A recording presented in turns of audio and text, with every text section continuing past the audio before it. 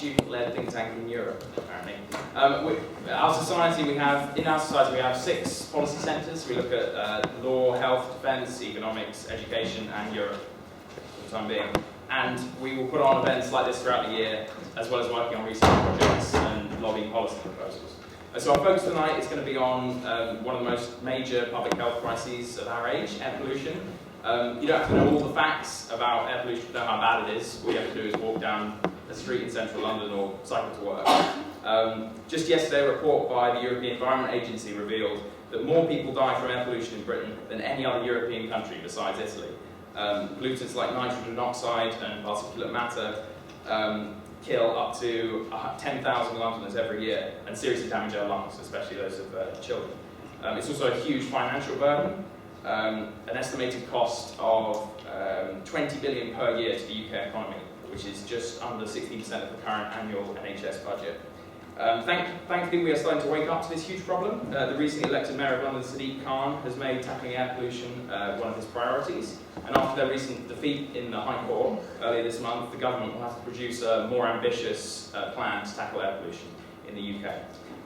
So, to discuss London's air pollution crisis and what we can do to tackle it, we are lucky to be joined by 4 experts in the field. We have Sean Beavers, sitting there, second from your left, who is a senior lecturer in air quality modelling at the Environmental Research Centre, which is, Environmental Research Group, which is based at King's College London, and it's one of the biggest and most influential air pollution research centres in the country. We have Elliot Treherne on the end there, who is the air quality manager at the Greater London Authority. So he works in the City Hall, working on implementing plans to tackle air pollution in the capital. Then we also have Laurie Leibon-Langt, who's sitting next to me, who is a research fellow at IPPR, the Institute for Public Policy Research. He recently authored a report called Lethal and Illegal, Solving London's Air Pollution Crisis, which should come in handy. And last but not least, we have Jenny Bates, who is an air pollution campaigner at Friends of the Earth, who's done a lot to increase awareness on this issue and put pressure on governments. So let's give a round of applause to our fantastic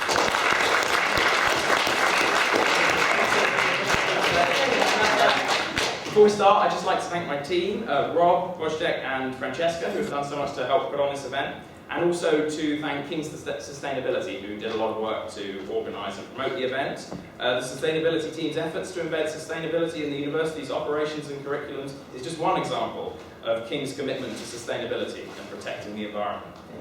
There are many ways for staff and students to get involved. Please reach out to the sustainability team if you have any questions or would like to be a sustainability champion for your department. So that's good. So without further ado, I'd like to hand over to Sean to start us off. Would you like me to stand up? If you want to stand up, you can. If you want to sit down, I'll stand up. Hi. Well, thank you for that, and thank you for all turning up. I'm a little bit surprised how many people are here. But anyway, and I hope you're clapping at the end of it. Okay, so I'm head of the team at the Environmental Research Group. I head the air pollution modelling team, and we do a lot of work in London and have done for many years. And we help Elliot and people at Transport for London look at policies to tackle air pollution. And we've been doing that since really congestion charging in the early 2000s and are continuing to do that up to the present day. So the air pollution problems that we have in London, so what are the sources that are really dominant? Locally, that's road transport is pretty much the only game in town. There are no real massive industrial processes in London, so they contribute very little. And there are other sources, so burning natural gas for heating, for instance, is a very good source of NOx. But relative to road transport, because of its proximity, because of its general size, in terms of human exposure, that really is the problem. Within road transport, it's diesel vehicles are really a problem for NOx and NO2 from the exhaust. They've made quite a few strides in cleaning up the particles from exhaust. And vehicles in general actually emit quite a lot of particles from non-exhaust sources, which are tyre wear, brake wear, and also resuspended dust from road wears, which is partly from the exhaust and then it's resuspended into the atmosphere. So there are other sources other than things that come out the engine effectively.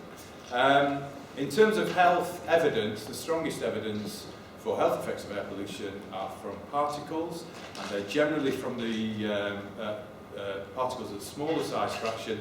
So they're called PM2.5, so this is smaller, and so they're generally combustion related, but there's quite a lot of particles that are generated in the atmosphere through chemical reactions. And the effects of particles are both long-term and short-term. You get effects from particles in the long term. They affect cardiovascular mortality and your respiratory health, and the short-term effects as well. So when air pollution goes very high, you get hospitalizations. They exacerbate existing disease like asthma. If you have cardiovascular problems like COPD, for instance, then you often end up in hospital. But there is also evidence for the effects of nitrogen dioxide, and that's been in the news quite a lot recently with the VW scandal and so on. And there are also health effects associated with ozone, which is a secondary air pollutant that we have periodically. The UK being the UK and sort of relatively cold and sort of cloudy and quite windy, we don't really have a huge ozone problem, but that's probably set to increase over the coming years. So I think that's really it. I mean, the compliance. So the other thing is so there are two parts to it. There's one is the health effects, and this is what I've outlined, but compliance is predominantly associated with again with PM2.5, and we still exceed the WHO guidelines for PM2.5, and the WHO sort of stance on this is that there's no sort of safe level for particles. So I mean, it's kind of anything that reduces particle concentrations in the atmosphere is generally good for you. So it's something that needs to be ongoing. In terms of very legal compliance, because that's not really a legal obligation. But in terms of legal compliance, then NO2 is really the main problem that we have facing us right now, and that's where a lot of the efforts, as you'll hear from the other panel members, is being put to actually reduce NO2.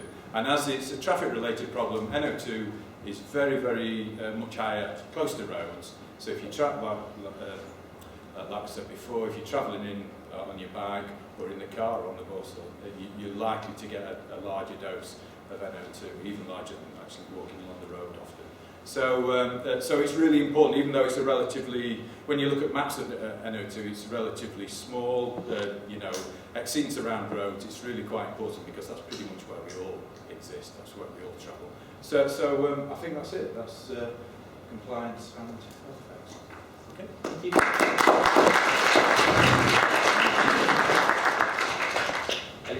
Hi, so thank you very much for having me here this evening. My name's Elliot Trahan and I look after air quality at City Hall. Someone's been doing a version of my job since the 13th century, so air pollution has been a challenge for a very, very long time. I generally like to start kind of talks like this by saying that it's not all doom and gloom. People are obviously, very worried about health effects associated with air pollution. You talk to people about things like Volkswagen and they say, well, what's going to happen? When are we going to start being able to tackle and reduce emissions from cars? I always like to highlight some of the successes we've had previously. If you look back to people who were working in this field in the 1950s, when obviously London had the great smogs, and you had then after that the passage of the Clean Air Act, it shows you what's actually possible if policymakers are able to influence decision makers, politicians, and actually put in place the right interventions to actually tackle a big policy challenge. And that's a hugely exciting thing, especially when, like me, I work at City Hall. We have a brand new mayor, Sadiq Khan, who has made tackling air pollution in London one of his major challenges, one of his major priorities, and one of what he calls his 4 legacy projects. So when he stops being mayor and people look back at his time as mayor, he wants people to remember him as the mayor who managed to ensure that London reached legal compliance with all the requirements for air pollutants. So why is air pollution so important to the mayor? Why is it such a big issue in terms of public policy for us? I think probably the main way of thinking about it is definitely the health impacts.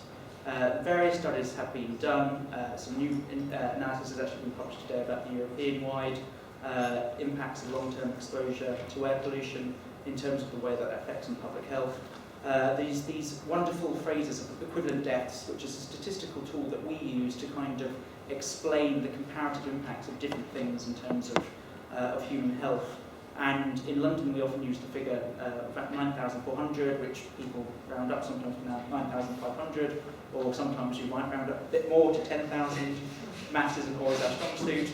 But you know, you get the general gist, is that it's a very big contributor in terms of public health impacts. And in the UK, that figure, depending on which piece of research or what time you look at, ranges from anything from 29,000 deaths, equivalent deaths, to 50,000, and then on a EU-wide basis, it's nearly 500,000. So it shows you just how important it is that we take decisive action to tackle air pollution. And you can really see the consequences. Sometimes part of the challenge we have as policymakers in the UK working in the field of air quality is it's not always that visible. If you ever go to somewhere like New Delhi, if you go to somewhere like Beijing, although it's very challenging there, the advantage is that it's still very, very visible. And therefore you've got a huge desire for action because of the health effects. The second reason that I think it's a big priority here is because those health effects that we experience, those 9,400 deaths here in London, those health effects don't fall equally across the population. They land disproportionately on the young, as we heard, on the old, on the vulnerable, on the most deprived members of our society. And so therefore tackling air pollution is not just about the environment, it's not just about general public health. Fundamentally, it is a question of social justice. And I think that's what motivates the Mayor so much, is why he really wants to tackle the issue, because it affects so many different life opportunities of the people growing up in the city today. The final point, which has kind of been alluded to, which is a very significant driver of action, is the fact that it's a legal requirement for the Mayor to achieve the EU legal limits. He does that working with government. You've obviously seen the legal consequences recently when you don't have the right plans in place and you don't give it the right attention.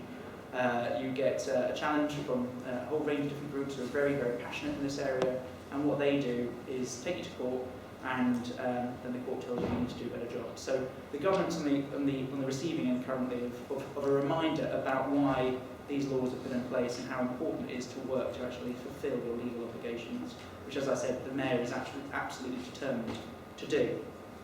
So what are we actually doing? How are we actually going to tackle this problem?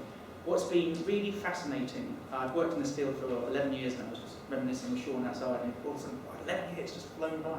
But in that time, it's become really interesting about how our understanding and how the consensus around what the action that's required to actually tackle the problem has changed and improved. And a word you'll probably hear again and again and again today is diesel.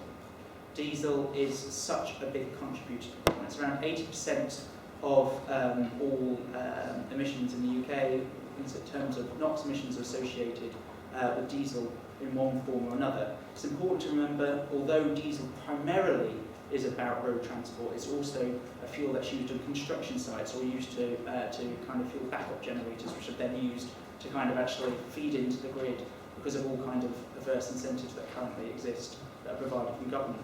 So diesel is this huge issue which we really, if we're going to tackle the problem of air pollution in the city and in this country, we really need a really robust, strong approach to diesel. And that's what the Mayor started to try and put in place, and is doing a couple of things I'm going to talk about. There's loads and loads and loads. I could go on for hours, obviously, and bore you silly with all the detail, but I'm going to cherry pick a few. So if I miss anything out, we can hopefully pick up some of the other areas in the conversation after. But the Mayor, when he came in, the first thing he wanted to do was send a signal. He wanted to communicate the fact that we need to do something about air pollution. We need to do something about, particularly, the reason Sean said about road transport. And that's why he proposed what's been nicknamed the T-charge, which is an emission surcharge of £10 a day on the congestion charge, during congestion charging hours, on older polluting vehicles. So anything that's pre-Euro 4. And if you hear people talk about Euro standards today, the Euro standards were supposed to be a progressive set of emission standards, which were supposed to get better.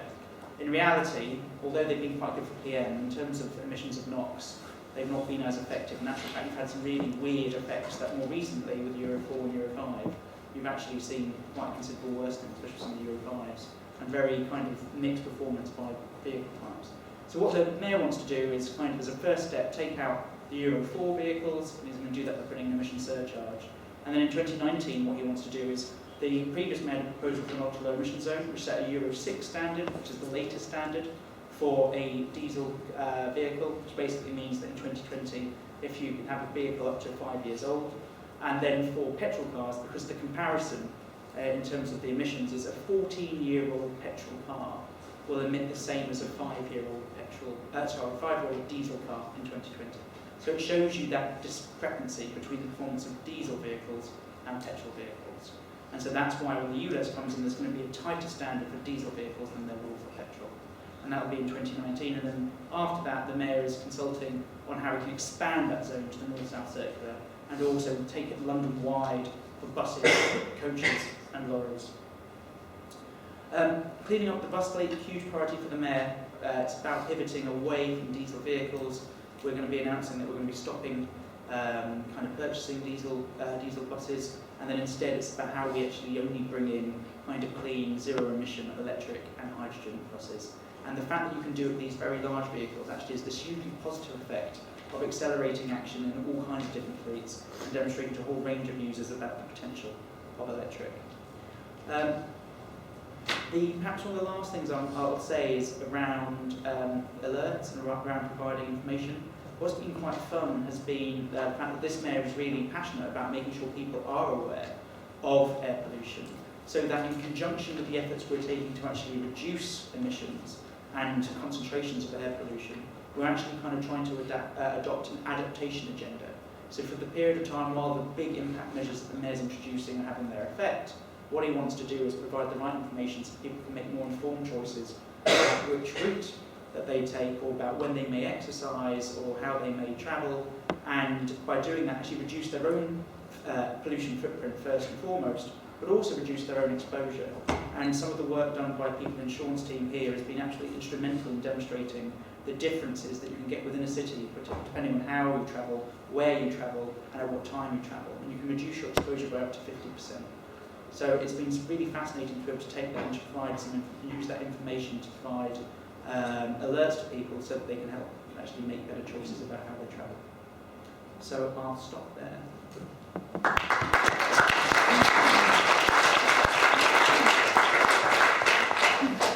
My name's Laurie. I'm a research fellow at the Institute for Public Policy Research, and as Liam said, we released a report recently called Lethal and Illegal, which looked at what action can be taken to sort out air pollution in London. In it, we focused on road transport because of the reasons that Sean had given, and we essentially agree that what the Mayor is currently doing is just excellent, basically, and that we were there to sort of to try and provide a little bit of a further ambition, which we know that colleagues are thinking about in London government, of also going beyond, because, as I've said, no exposure level is safe.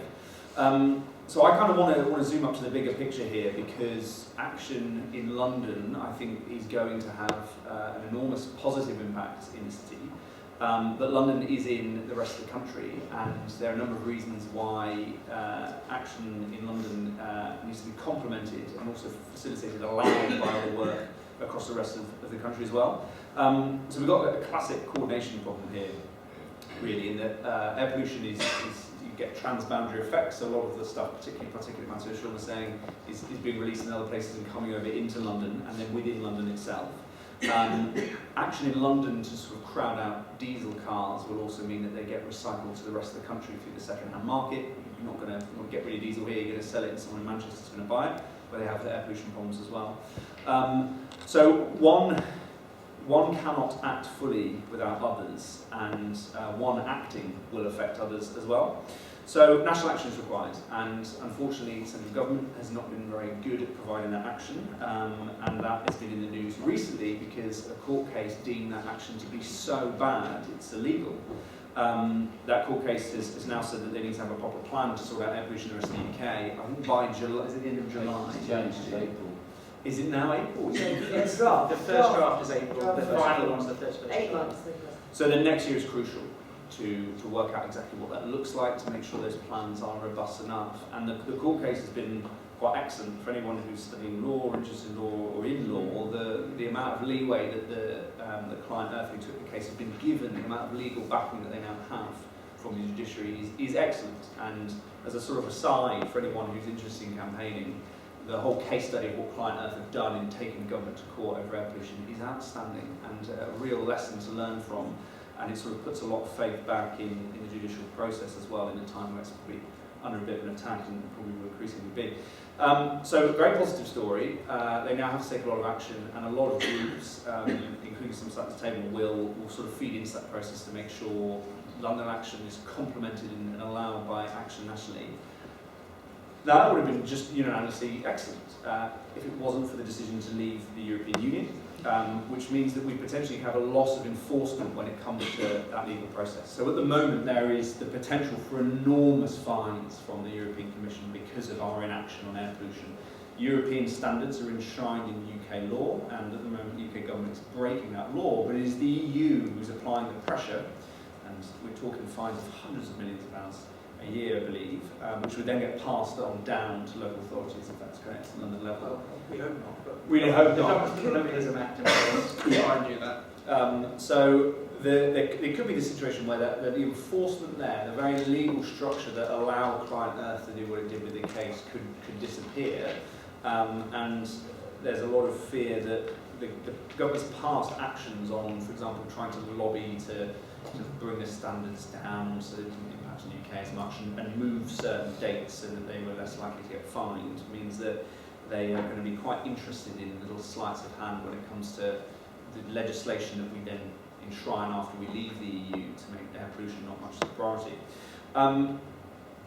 Now, putting that aside for a second, every time we sort of have conversations with local authorities around the UK, cities, Birmingham, Manchester, and we at IPPR are looking to do what we did in London across the rest of the UK as well. We all talk about clean air zones and all these kind of policy mechanisms that are being used in London, and it's going to be great, and they need to be pushed out, and the positive progress in London is somewhat of a model for other local authorities. But these local authorities don't have money. The government has cut back levels of funding for local authorities. They particularly hollowed out the middle of these organisations, so those who would sort of have the time and space to act on this, there aren't as many of them anymore, and they're so pushed and stressed with other priorities that they're not able to give it the time. So I, sort of a bit of a provocation as well, I'd like to go to the highest level here and say that this is a question of a new political economy for the UK, a new way of doing economics and politics that needs to happen. And at the moment, in general terms, away from air pollution, we could say that the old model is broken. Air pollution is a really good way of understanding that. There's little recourse to social justice, for example, and recognition of that within air pollution. Elliot was talking about it earlier, and it's increasingly being recognised across the board. At the moment, this system is typified by not having a priority to regulate anything, or to think government should get out of the way, or government is a problem. And that is leading to a horrendous situation where you've got 40,000 attributable deaths or more in the UK when it comes to air pollution. So I'd like to say that if you're in the game of tackling air pollution, you're also in the game of working out what a new political economy for the UK would look like.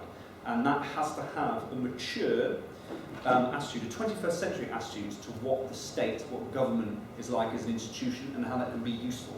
And you can just see immediately what that would then mean for air pollution, because it would mean regulation, it would mean a joined up approach across government as a whole, and it would mean the proper resourcing of local authorities to get on with solving their local air pollution problem as efficiently as possible. Alongside that, and my final point would be, and this brings us back to the London level, that this isn't just about having a more mature attitude towards the state, it's also understanding technological change as well, particularly when it comes to digital technology and how that could be used to solve a lot of these problems. In London in particular, we're seeing a shift in the way people do travelling, the way they use mobility.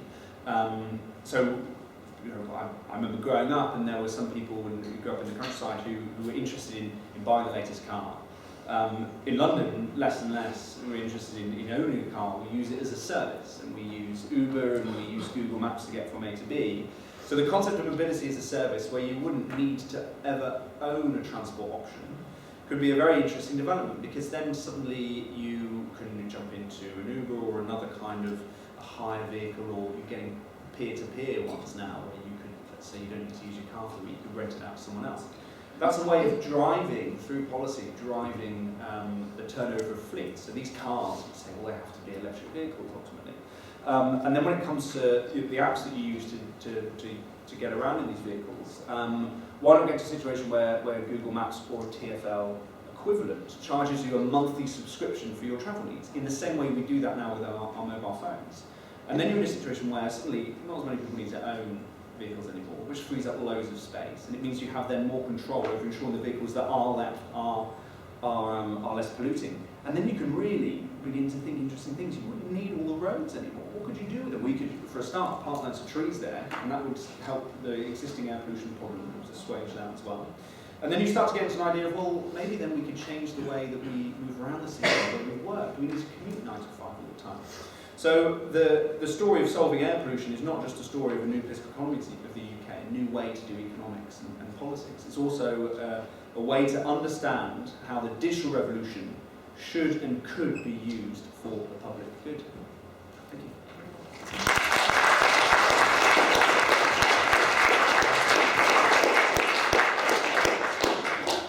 Hello. Well, I'm going to bring us slightly more back to practical stuff going on here in London, although referring to some of the national stuff. So, yeah, I think there's a bit of context about the numbers. We've heard numbers: 10,000 premature deaths in London, 40,000 nationally.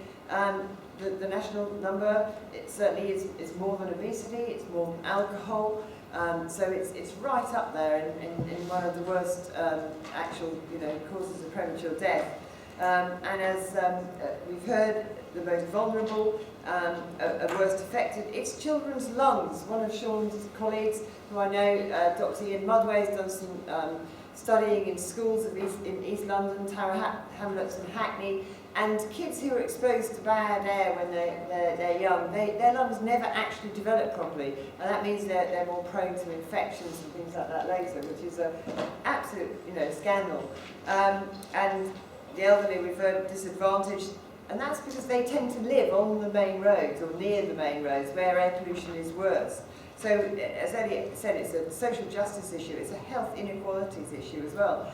And also to emphasise the fact that everybody, all road users, are affected.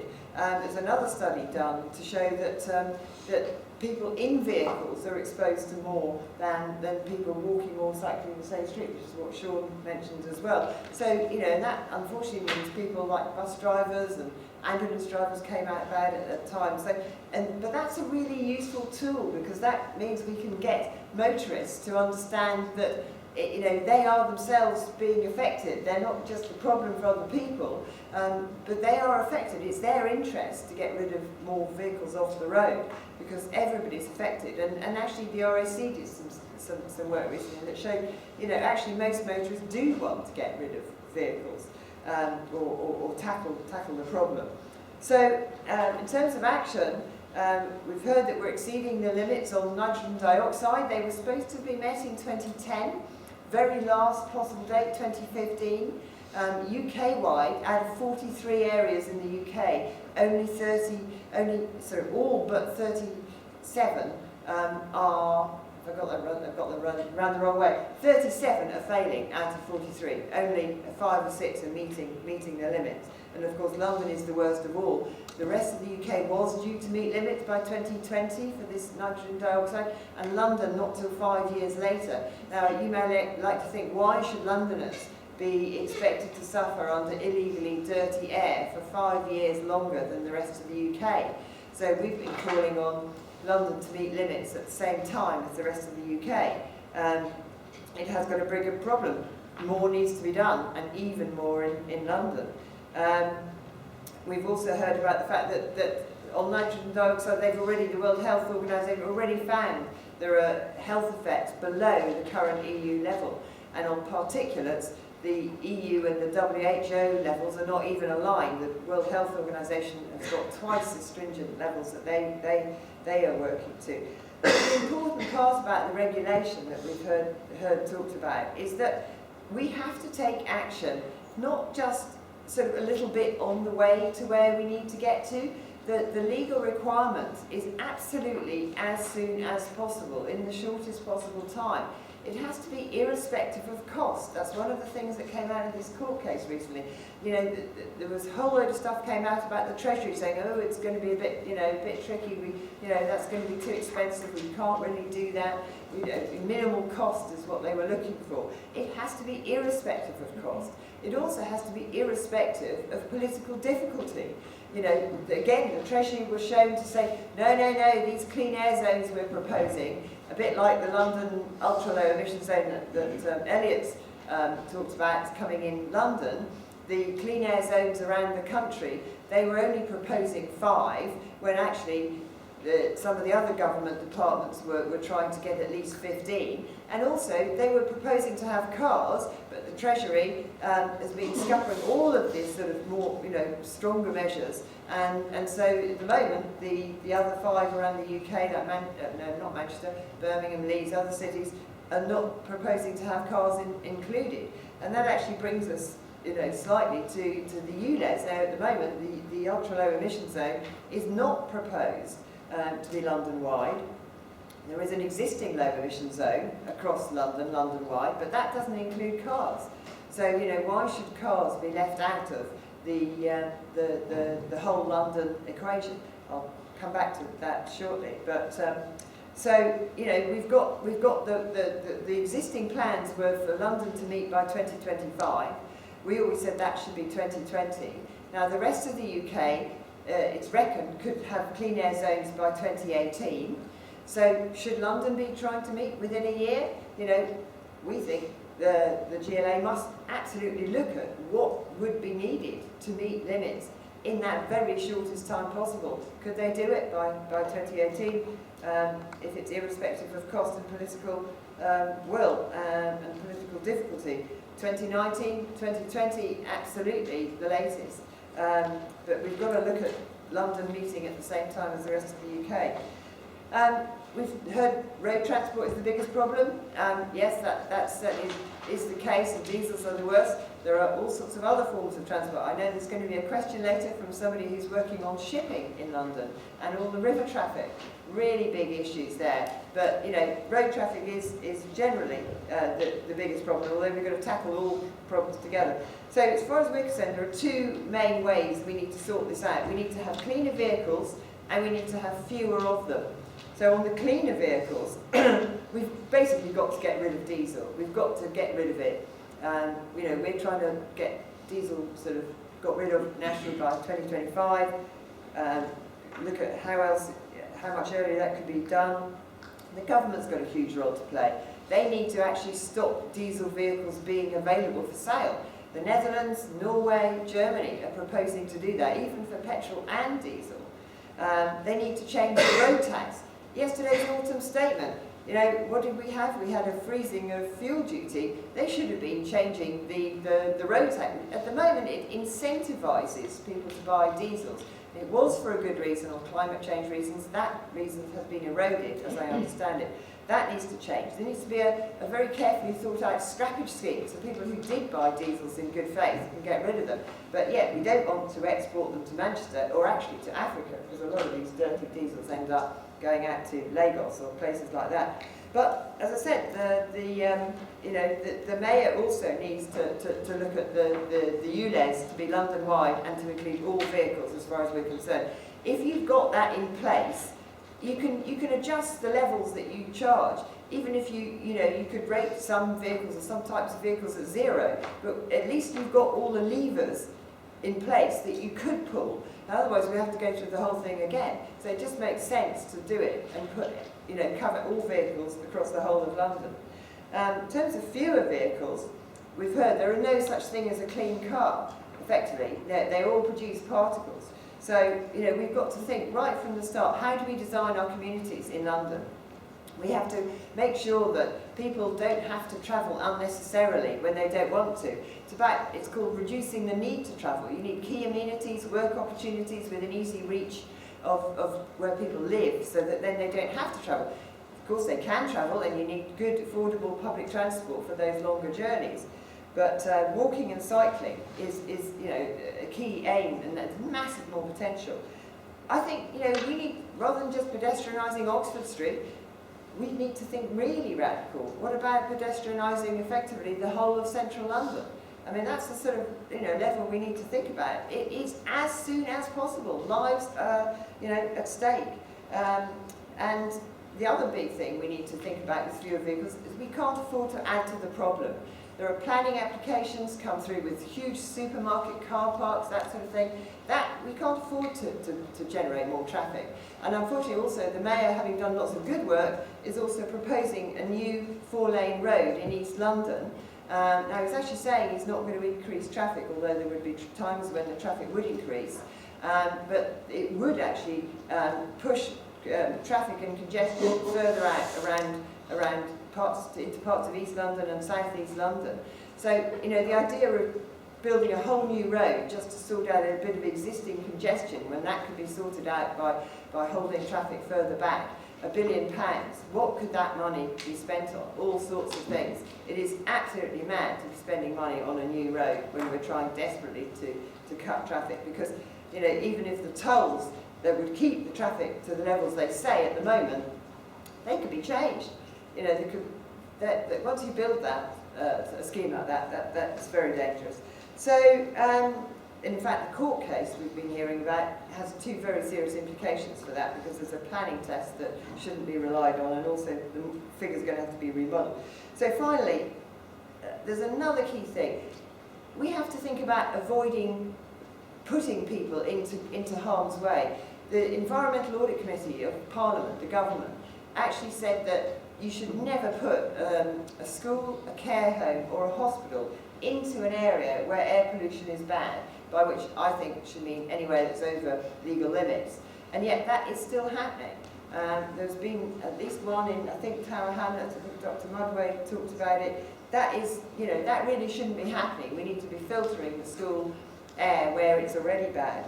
And we should look at emergency traffic restrictions. When we get one of these smogs, these sort of short-term bad air pollution days, we need to be, you know, emergency sort of stopping of traffic, because at the moment people are told don't go out. But rather than having the victims having to restrict their behaviour and their activity, isn't it better that we try and restrict the polluters, the vehicles who are causing it? So that just seems to make sense. So effectively, we've all got to do more. As everybody said, Europe, government, the Mayor, local authorities, everybody can try and get their local authority to do more. They've got powers. They've got powers for parking, differential parking, all sorts of things, their own fleet.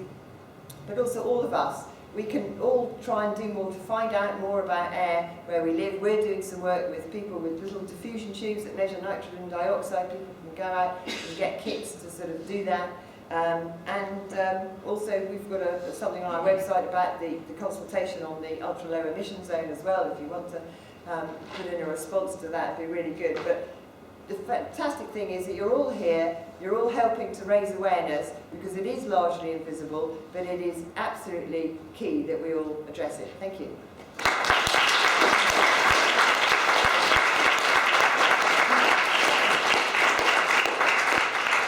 Thank you all very much for very interesting talks. I thought I'd just start the discussion by picking up on what you just mentioned about the Mayor's plans, and throwing some of that back to you, Elliot. So talking about, well, one example, the 4-lane road in East London, but more generally about extending the ultra-low emission zone to the rest of London, and also including more vehicles in it. Does it go far enough? Does it include enough vehicles to make a real impact? And what are the challenges? Why can't the Mayor go further on those particular issues and bring the plans further forward? So, just a few easy questions to start. I'll take them in reverse. So you started talking about the ultra-low emission zone and the size of the zone. I think it's the way we would explain it is that for heavy vehicles, your buses, your coaches, and your lorries, they are going to have to meet the same ULEZ standards, that Euro 6 standard, the latest emission standard, which all the evidence seems to suggest for heavy vehicles is working well, and they'll have to meet that London-wide. So it's not that we are just taking action in the centre of the city or in inner London. That's a London-wide approach. And then In addition to that, obviously you then have the ultra-low emission zone, which will include vans and cars, and that will be in up to the north-south circular. And there are approximately 650,000 cars a day in that area, and of which about 170,000 of those won't meet the required standards, so we'll need to take some kind of action. So that's very, very considerable. And we're saying that what you need in order to kind of implement this policy as quickly as possible, and to go back to the point Laurie was making, is that you actually need government action. You need government help in the National Diesel Scrap Scheme. You have to marry, in policy terms, the big stick with a carrot to help people meet the standards, especially when, as Jenny was explaining, that so many people who have bought these kind of diesel cars have actually been encouraged to do so by fiscal incentives, because government at the time thought that that was a good policy outcome because of climate change reasons. So what it's about, making good policy, isn't just about taking one lever and then using it and squeezing it as hard as you possibly can to get everything out of it. It's about trying to be smarter and to do it in a way which kind of gets the optimal balance of achieving absolutely the urgent objective of improving air quality as quickly as possible, but doesn't necessarily do that in the least effective or most costly way. You need to make sure that you're using every level of government and that you're aligning all of those to have the best possible effect. Just to go as to why we've selected the zonal approach that we have, Sean does the most beautiful maps of London. They are beautiful, vivid kind of sets of colours in reds and yellows and kind of the greens. And basically what these maps show, they're heat maps. They show where the concentrations of nitrogen dioxide are the highest. He also does ones of PM10, PM2.5. I really think he's a frustrated artist, really. And what they basically show is that the worst problem, the biggest exposure, is definitely in the centre of the city. And then you also have problems, very large areas in London. And then absolutely, the road network in outer London stands out in stark relief. And you also have this giant yellow blob, which is Heathrow. So what we've actually done in terms of calibrating our policy approach is actually designed to address some of the biggest emission sources in each kind of segment of London. And of course, it's important to mention that when you kind of do an inner London area up to the north-south circular, so many of the vehicles that go into that area will also be operating and going into outer London. So you get spillover benefits from the size of your zone. So it's not just that you only get those benefits in the zone. The last point I'll pick up is around the Silvertown Tunnel. The kind of key point I think to say around that is that there is huge opportunity with using charging to actually manage demand around how that will operate. The Mayor has also put in place, he did a review when he started, and he was looking at the critical issue of actually how you provide the right kind of connectivity. London's a growing city, we need to kind of accommodate jobs and growth. We need to make life easy for people as far as possible, but do that in an environmental and sustainable way. And so what the Mayor's actually started to do is that he's made his kind of, in terms of river crossings, he's made his first priorities to actually deliver a cycling bridge between Northern Hythe and Canary Wharf. He also then wants to kind of put into a whole range of different measures and effects and funding available around the development of the Silvertown Tunnel to make sure that if there are air quality impacts, that those are properly and effectively managed. And obviously Jen's going to disagree with everything I've said. This is part of the fun of these events. And I'll stop there. Would you like to respond? Thank you. Don't worry. We've done this a number of times. I've known Elliot for a long time. Well, anyway. Absolutely, but Elliot has said it himself. We've looked at what we could do. We sort of tapered, talking about the ULEZ now first, and doing inner London, and he said the outer London network is a problem. So why not do more? It's still like doing what we think we need to do at minimum, rather than everything we can do. If we can include cars, why not? Because we will need to be able to do that. So we need the levers in place. Even if you charge cars, virtually nothing at the start, you could at least then have all your options open. And on the river crossings, yeah, they have to charge, otherwise it would be massively swamping with traffic. But it just doesn't make sense in any way. And what TfL have never done is look at a completely non-road package, and that is the only way to go. The more population growth we've got, the more we've got to get people onto, reducing the need to travel and walking and cycling and public transport. That's the only way to do it. The only way to tackle congestion is to cut traffic levels.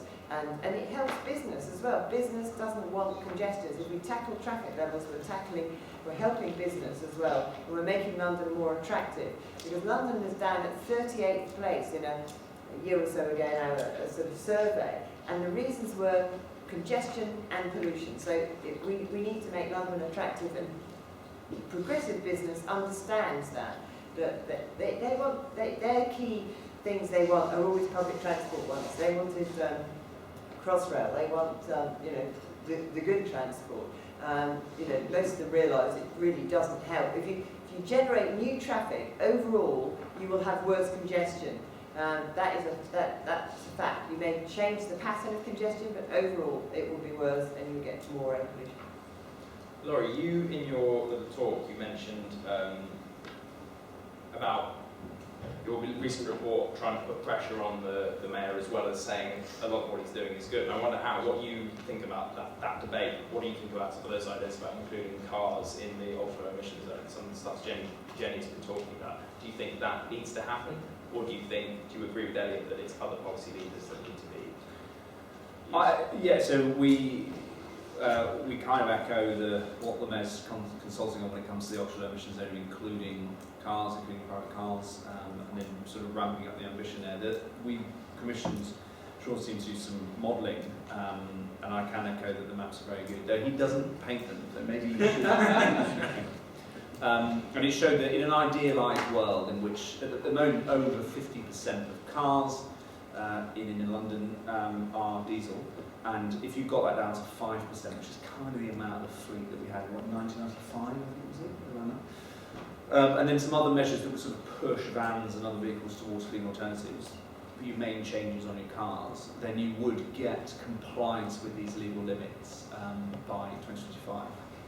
Now, obviously, that's still a way out into the future, and I would say that the difficult thing here is how hard it is to, and I agree with the principle of things Jenny's saying, how hard it would be to ensure that you have that ambition that means this gets done as quickly as possible, and the consultation is out there to get the sense from all the communities in London how they feel about this. It will be interesting as that goes on, whether you'll get more sort of opposition from those car drivers who think that it's going to be too unfair, that it's too high. You have to think about specialist businesses within the zone as well. But our report said that we need to do this as quickly as possible. We also have to recognise the sort of limitations to that and need to make sure that particularly those down the socioeconomic strata on lower incomes are served properly. And I think that the thing that sort of gets in the way, the big difference here is that I think that a lot of people within, I cannot speak for them, but I think a lot of people within London government do want that level of ambition. And the thing that really holds them back is central government. To go back to that court case, and it's sort of been alluded to, the Treasury said, you're not having a diesel scrappage scheme. The Treasury said, you're not going to change vehicle excise duty, that thing that incentivises people to buy diesel. You're not going to have 16 clean air zones across the UK, you're going to have 5, and then the level of those aren't going to be very good as well. And I can just imagine what that's like in local authorities to go, well, the most resources and the biggest help that we could get come from central government, and they're just not giving it. So I think there's a lot of the tension between what people genuinely want to see in London, what London government wants to do, but then what it can do. A lot of that is driven by action at the central level. But maybe that's the sort of story that we. So we said you've got to, as Elliot says, you've got to have your sort of stick of adding charges is something that London can do quite effectively. You then have to got the carrots, and the carrots are big, juicy, expensive carrots, and the government's got to step up. Or else just what's happened is that London paints the stick orange, and that's carrot stick. Seeing as you've mentioned the court case and what the UK government is doing, I thought I might just ask, why is the government so reluctant to give way on schemes like the diesel scrappage scheme, for one? You talked about the road tax earlier. What is the reluctance? Is it a money issue? And are they right to think it's a money issue? Is it actually more effective? Is it more beneficial cost-wise to actually tackle these things and implement these schemes in the sort of medium to long term?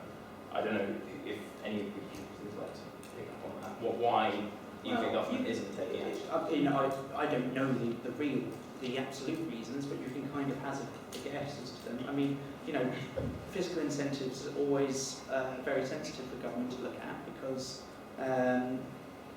you get winners and losers as a result.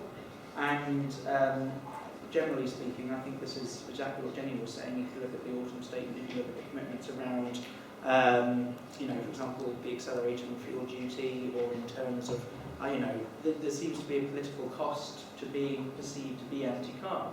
And it doesn't need to be in that way at all. It could be done in a way where you're trying to actually, where people do need to use a car, you're encouraging them and rewarding them for switching to something actually which is fantastic for the environment if you get to a zero emission, but also from industrial strategy in the UK perspective, actually there's a huge amount of research work behind these vehicles. A lot of the international manufacturers of vehicles, and that positions the UK as one of the world's leaders in this field. So I can understand all the reticence, partly because of this kind of political risk maybe, but there's such a good opportunity in so many different ways. It's always been a bit difficult to understand fully why they haven't got on board.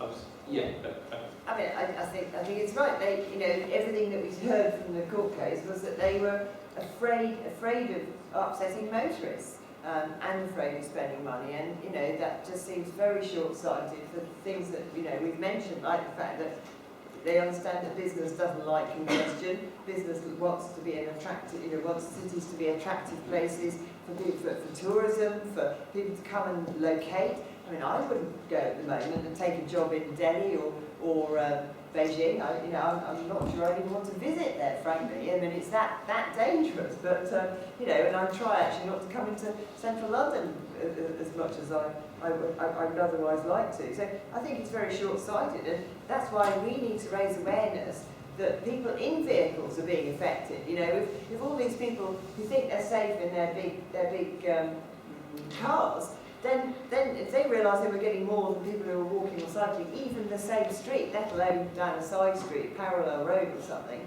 then that's where that education needs to come in. That's where that awareness needs to come in.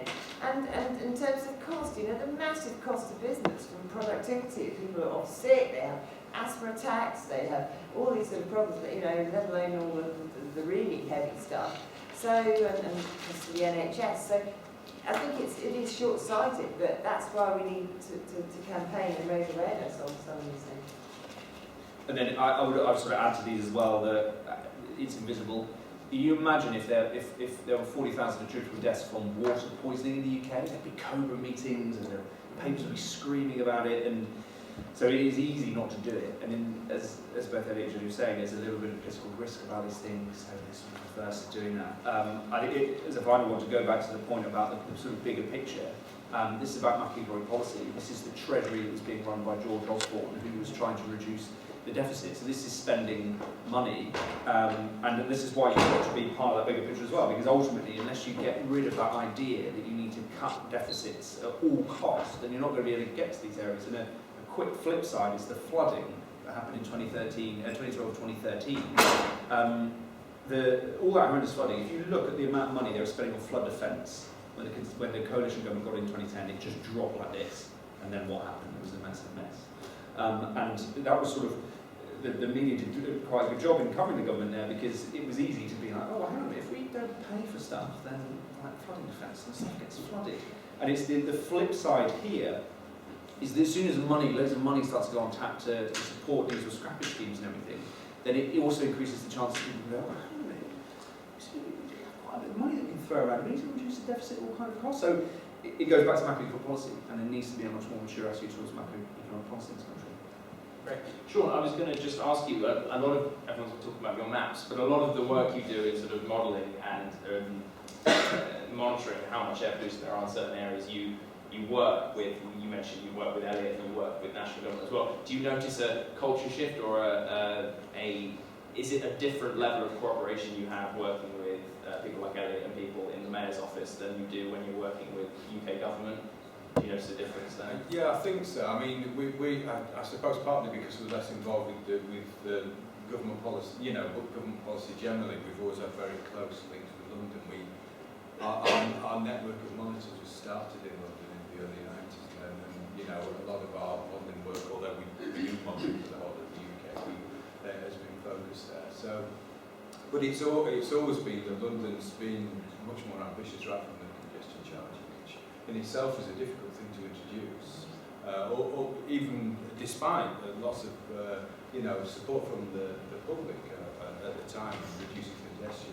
And so they've always been ambitious. There's been a period where, up until the ULEZ where things have not changed so much, and because of the performance of vehicles, we've seen air pollution, actually some of the air pollution increase. We've seen a real mixed bag over the years, but I mean, the recent ambition is really to be commended, and I hope it goes well. I mean, it's an ambition at this point in time, so we're always aware that our monitors are there to make sure that things happen in the way that we say they're going to happen. So I do modelling, and that's actually not real. I mean, it's just creating a number in the best way that you can for a future forecast. But there's always this monitoring network behind it to test to see whether that's actually going to happen. But I think on the whole, that London's been much more ambitious than the UK. So in terms of how your monitoring actually works, you mentioned these monitoring stations you have all over Yeah. London. How widespread are those, and how do you kind of put that information together? Well, basically it's an amalgamation of local authority monitoring and UK government monitoring, and also London monitoring as well. And like I said, we started many years ago, and the main reason was that to do monitoring properly, well, at the time monitoring was done very badly, and there was real mixed messages, and actually there's a parallel process going on now. There's a lot of people who are getting involved with the small sensors and buying small sensors. You can buy them for like 50 quid or something, and you can go out and you can say all sorts of things. And at the time, small sensors didn't really exist when we started, but what did exist is it was monitoring very poorly, and so what we decided to do was to first of all tackle that problem, which we tackled, and then to pull all the data together, and so we've been doing that ever since, really. So it's a very cooperative thing. I mean, local authorities buy air pollution sites. They put them really where they want to put them for their local needs. We offer advice as to how they do that in the best way, and then we encourage them to make that monitoring good, effectively. And then you can say things about what's happening in the world, rather than, if you go out there and just do a bit of monitoring, it's not very good. You can shout about it as much as you like, but no one's going to listen to you because they don't necessarily believe it's on the firm footing. So that's what we've been doing, and we've had various numbers. We've got about, we've had about 120 monitoring sites in London periodically. I think we're about 90 now or something. It varies greatly. They're all over the place, and you can look at our website. There's loads of stuff. I was going to say, there's really great websites, londonair.org.uk, and there's now stuff, but there's the bottom left-hand corner, there's a link to something called annual maps, and that's where you see the NO2 annual map, and you can see what Elliot referred to as a sort of blob out to West London, which is Heathrow, and everything that's yellow and into orange and red is over the 40 micrograms per metre cubed, which is the EU legal limit for nitrogen dioxide. And it is a map of the main roads in London. It is an absolute map of the road network, except that in the centre, even the bits between the roads are over limits. You can't get away from it. In central London, you just can't get away from the illegal air, and that sort of spills into part of inner London, and then out of London, it's more the roads themselves and around there, and bits in between are a bit better. Great, so talking about the maps, I guess there's two things I want to ask. The London Air app. What that monitoring technology and making that available online and also on your phone, do you see ways in which that could be used to make the public more aware of what's going on? Can that be more accessible? How can we get that information out there? And so following on from that, how can people use that information about where air pollution is at its worst, at what times of the day, to influence their behaviours in terms of whether they drive or to try and limit their own personal emissions, but also to stop them from coming into contact with high emissions? Can we use that information to change people's behaviours? A colleague of mine, Ben Barrett, does a lot of work in personal exposure. So not only having instruments that you can actually carry with you, which is important because you don't spend all your time outside. But when you do spend your time travelling, so you can be exposed to very high concentrations.